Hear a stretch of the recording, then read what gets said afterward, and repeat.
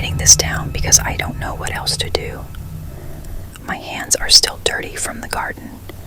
There's soil under my fingernails and sweat on my neck, and I keep looking out the window, expecting to see someone walk past.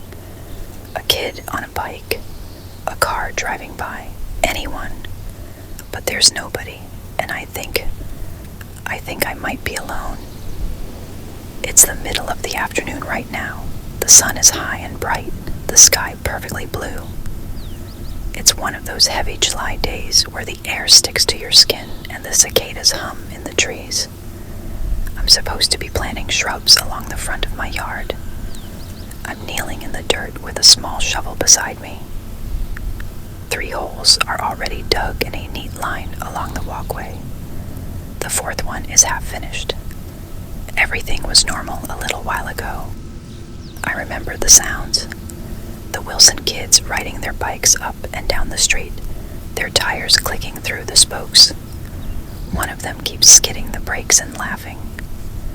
Music is drifting from somewhere down the block.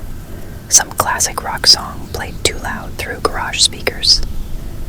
A dog is barking 2 houses away. Someone's car drives past slowly. It's just a normal summer afternoon in a small town. And then everything stops. Not slowly, not fading away. It just stops. I pause with the shovel in the dirt. At first I don't think anything of it. Neighborhood noise comes and goes sometimes, but after a minute I notice something strange. There's no sound. None. No bikes. No music. No dogs. No cars. Just the wind barely touching the leaves above me. I stand up and wipe my hands on my shorts. The street feels wrong. It's too still. Too quiet. I step out toward the sidewalk and look down the block. About halfway down the street, there's a bike lying in the road. One of the Wilson kids' bikes. Bright blue with black tires. It's on its side. The front wheel is slowly spinning. I stare at it. Hello, I call. My voice sounds too loud in the quiet air. The wheel turns a little slower, then stops. No one answers. I walk out into the street. The bike looks like it was dropped seconds ago. Hey, I shout toward the Wilson house. You guys okay? Nothing. Their garage door is open. I can see a lawn chair inside, a cooler on the floor, a radio sitting on a shelf. The radio isn't playing anymore. It's completely silent. I walk up their driveway. Hello. The backyard gate is open. I push it gently and step inside. Their golden retriever is lying in the grass near the fence. For a second I feel relief, but then I notice something strange. He isn't barking. He isn't wagging his tail. He's just lying there with his head up, staring at nothing. Alive, I think. His chest moves slowly, but he doesn't react to me at all. It's like he's listening to something I can't hear.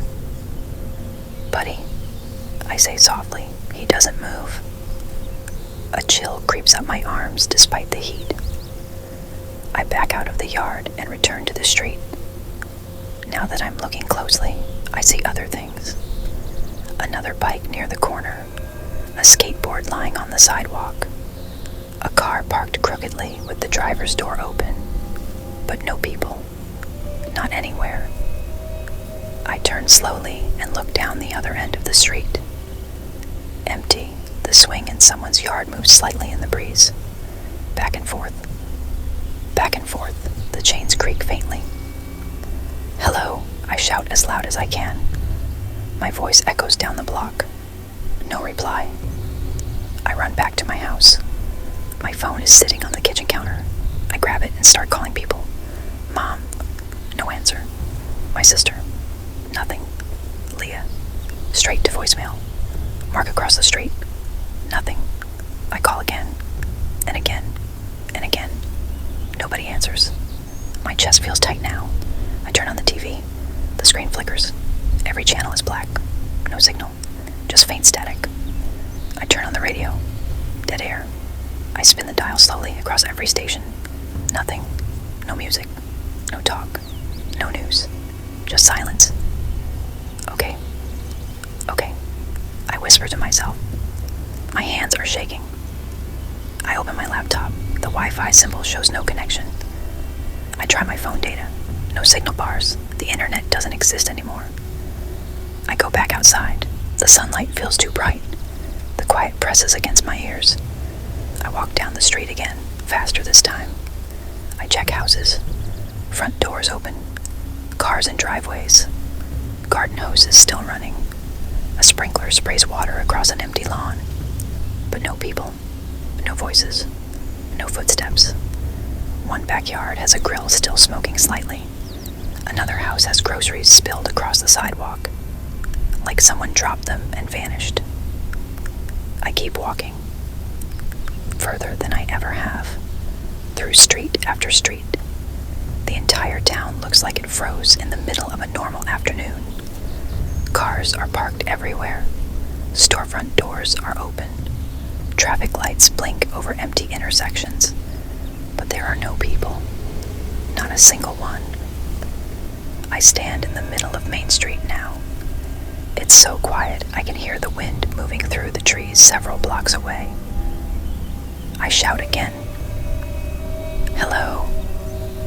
The sound echoes off the buildings, then disappears. I wait. Nothing answers. I'm starting to understand something. Something I don't want to believe. But it keeps pushing into my mind. I'm alone. I walk back home slowly as the sun begins to lower in the sky. Every street is empty. Every yard is still. Every house silent.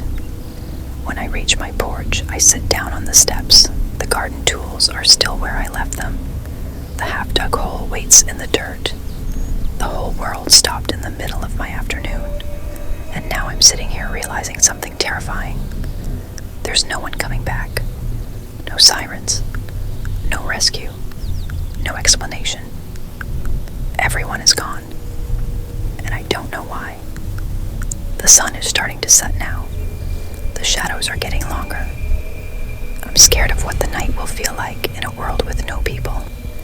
But I don't have a choice. This is the world now. And somehow, for some reason, I'm the only one left in it.